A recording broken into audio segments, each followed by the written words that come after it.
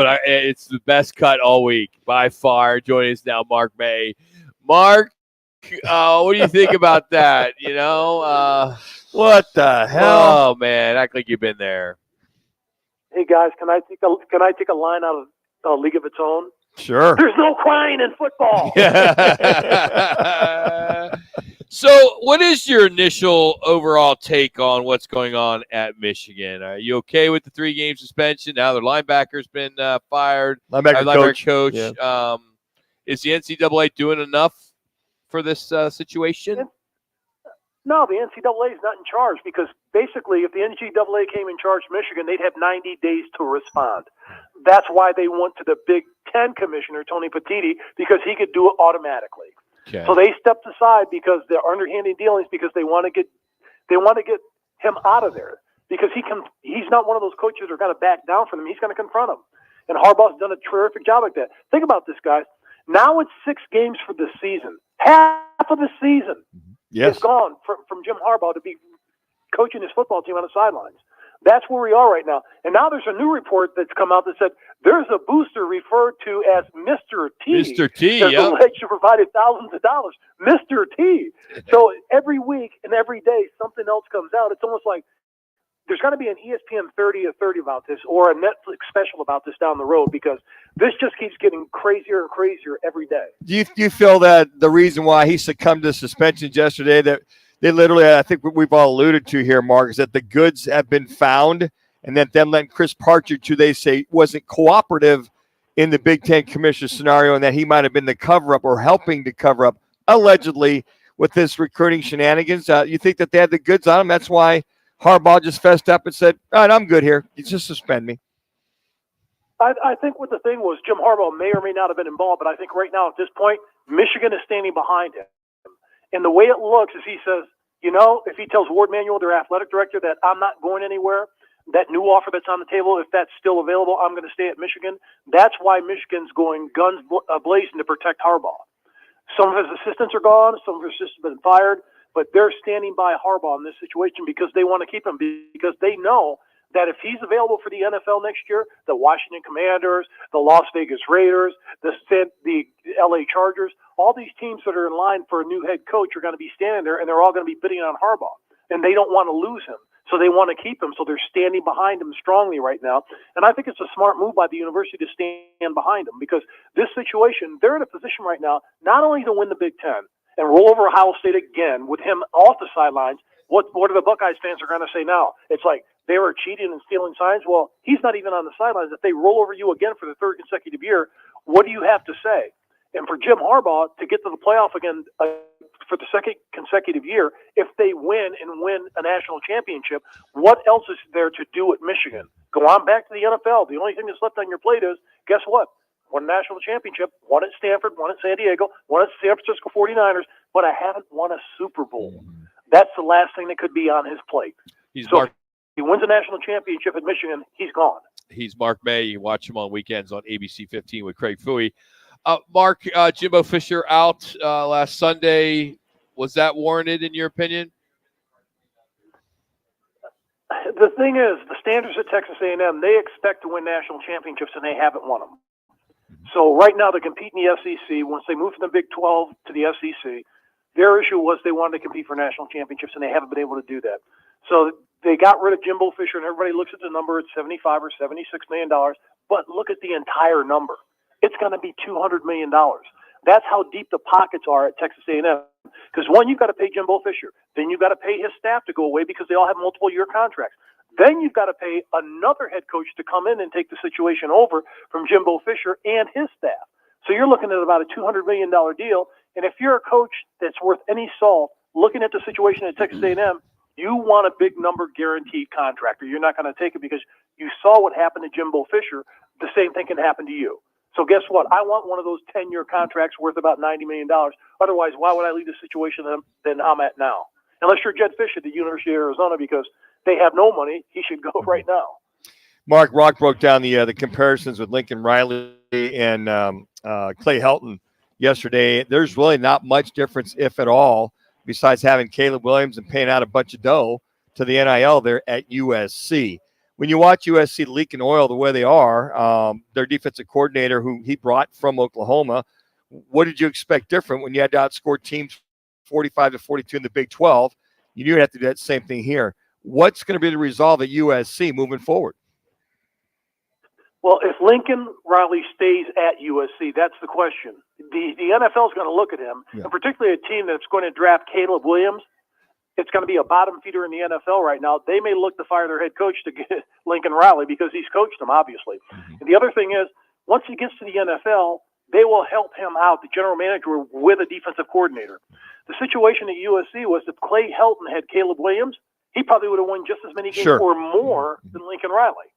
So you fired the wrong coach, and he's having success right now where he is. So for Lincoln Riley, where do you go from here? You've already transitioned off your defensive coordinator that you brought from Oklahoma with you. Now where do you go from here? The defense still is a bad defense. Now you're playing your arch rival in UCLA this weekend. You're favored in the game. You should win the game because UCLA just lost to Arizona State. So that's a situation where if you end up giving up a lot of points to UCLA that couldn't score on Arizona State and had a tough time putting points on the board, what do you do from this point on? Who do you like tomorrow with Arizona and Utah? I'm kind of leaning Arizona. This team just believes in itself. Noah Fafita, the quarterback's done a terrific job protecting the ball, just the 4 picks on the season. Not only that, this team believes. And what Jedd Fisch has done from 1 win to 5 wins to 7 wins, possibly 8, 9, or 10 wins this year has been phenomenal. He's been able to turn the program around. And that's a game that you look at Utah, they still have issues on the offensive side of the ball. This could be a very low-scoring game. If you're going to be a better, I'd look at the under number. But it's a situation where they're playing at home, and they are a 1-point favorite against Utah. And Utah's been ranked basically the entire season. So when you see what Jedd Fisch has done, Mark, the last 3 years, taking that program bits from the ashes, and they've risen like the Phoenix, so to speak, is he going to be one of those guys, if he finishes strong, gets a nice bowl game and wins, will be a attractive for suiting for some of these open positions? I think even before that. I think right now, if you're an athletic director, if you've already fired your coach right now in November, like a Mississippi State, Texas A&M, you're kind of looking at that trend because you're looking at a coach that's the first-time head coach. He basically brought this team from a 1-win team all the way to where they are now, and just look at the resume on what he's been able to do without all the tools that other schools have had. If you're at Texas A&M or Mississippi State, you've got deep pockets. Why not go after them? University of Arizona right now, the last I read in the paper, they're cutting scholarships. So this is a university that has cash flow problems. It's already been stated that. So the first thing they're going to look at to cut is probably the athletic department. And if you're Jedd Fisch, you're sitting there saying, so I'm not getting raises for my coaches, and I can't get any more money for facilities, and I can't do things that other schools do, even in the conference that I'm in. Why would I stay here if somebody else is going to offer me more money and give me those things that I need to compete? But what about the whole part of being, where you live? Jedd's been in the NFL for many years. He's been coaching a long time. Isn't there something to, hey, living in Tucson? I mean, it's not a bad spot. Living in Arizona. I mean, we don't have those coaches that stay for a long time, like the Snyders of the world, and even Saban. Well, he's a different situation there. But could you see? I mean, are there still any coaches out there that really care where they live? Probably Lanning at Oregon. Yeah, okay. The reason why is because they've got deep pockets, and Texas A&M's already tried to get him, and he said, I'm not interested.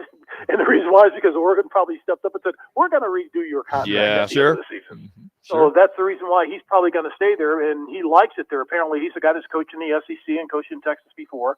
So he's one of those guys that probably likes the situation he has at Oregon. They're going to the Big Ten next year. So there's a lot of opportunities. Why would you leave that situation? So there aren't a lot of coaches out there unless they're tied to that school, if they played there or coached there in the past, that want to stay there. Right now, it's an arms race, guys. It's who has the money, who does not have the money. If you've got the money for NIL, if you've got the money to recruit, if you've got the money for all the facilities, and you've got the money for coaching staffs, you're going to be at the top of the heap. The Texas A&Ms, Alabama, schools like that. If you don't, watch in 5 years now, because right now, a lot of the smaller schools that are Power 5 schools aren't going to be able to compete at all, particularly in the Big Ten, because you look at the Purdue's, you look at the Indianas. How can they compete with the Oregon, USC, UCLA, Ohio State, Penn State, Michigan? You can't. So, Mark, that leaves my question. Ray Anderson out. Who do you go find that can go do exactly what you're saying over at Arizona State University? I know Gene Taylor, our fine AD at K-State, an ASU grad, he's already going to renew his contract. They're going to take care of him. Is it about that new guy coming interviewing Michael Crow? to see if I'm going to get that kind of support to what you said to get this team. This team's a third-tier program. They're not even second tier to do all the above you just mentioned. So am I going to interview Michael Crow, or is it going to be the other way around? And can that happen at ASU? It's going to be tough to happen unless ASU and Michael Crow step up and support the program and say, this is our priorities. We know we make money with football. That is our number one revenue generator. If we're going to step into this, we may have to take 2 steps back because we're changing conferences. And guess what?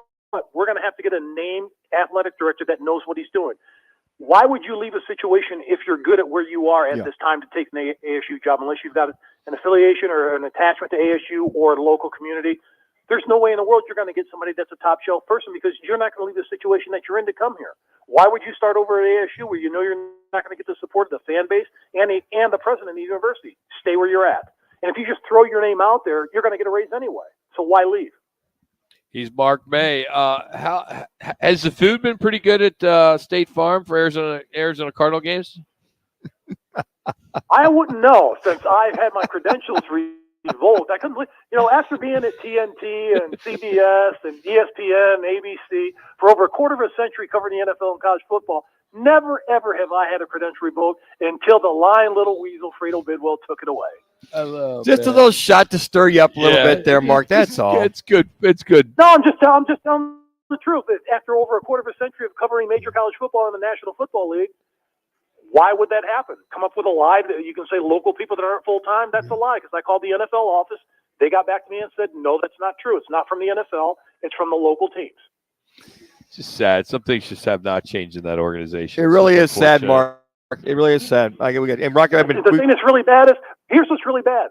I saved that little guy from the guys that were throwing him in the bin with the jocks and socks and wet towels, and I saved him and his brother and told the guys to knock it off. And he doesn't remember that from like 20 years ago when I was playing for the Cardinals. I was the one guy in the locker room that said, knock it off, guys.